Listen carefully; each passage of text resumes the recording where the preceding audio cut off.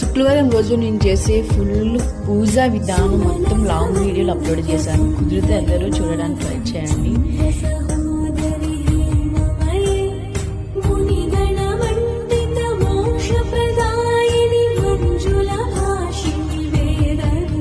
ఆ రోజు సాయంత్రం నేను పూజ చేశాను లక్ష్మీదేవికి. 6:42 ముహూర్తం అయితే వచ్చిందని చెప్పారు మా పంతులు గారు.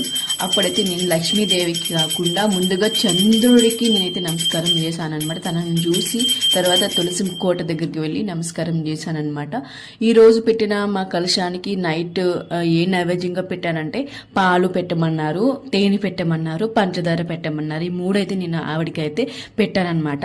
పెట్టిన తర్వాత నేనైతే ఆవిడకి ఆరాధన చేసేసి వెండి పూలతోని 108 సార్లు అష్టస్తరం చదివేసి నైవేద్యం కింద పెట్టేసిన తర్వాత నేనైతే ఆ రోజు సాయంత్రం అయితే పూజనైతే కంప్లీట్ చేసుకున్నాను. మనం సాయంత్రం మాత్రమే బాగా చేసుకోవాలి. ఎండ తర్వాత చేసిందంత ఫలింపదు మ్యాక్సిమం నాకు తెలిసి. సంధ్య వేళలో బాగా ఆవిడకి ఇష్టం. అందుకే నైట్ అంతా కూర్చొని కుదిరితే గవ్వలాట ఆడుకోమని చెప్తారు మన పెద్దవాళ్ళు. లక్ష్మీదేవి మనతో పాటు కూర్చొని ఆడుతుందంట. ఆవిడకి సంధ్య వేళ అనేది చాలా ఇష్టం అనమాట. అందుకే మనం ఎప్పుడు కూడా లక్ష్మీదేవిని పూజించినప్పుడు సాయంత్రం మాత్రమే ఎక్కువగా పూజించమని చెప్తా ఉంటారు. బట్ నేనైతే 12 గంటలకి చేద్దాం అనుకున్నాను. అప్పటికే నేను పడుకునేసరికి 11 అయిపోయింది అనమాట. ఈ పూజ అయ్యేసరికి నాకు ఎంత అయిందంటే 8:30 అయింది అనమాట అప్పటికి. సో 6:42కి అయితే చంద్రుని చూసేసాను. సో పూజ అన్నీ కంప్లీట్ అయ్యేసరికి అంత టైం అయింది. సో ఇదే అనమాట ఈరోజు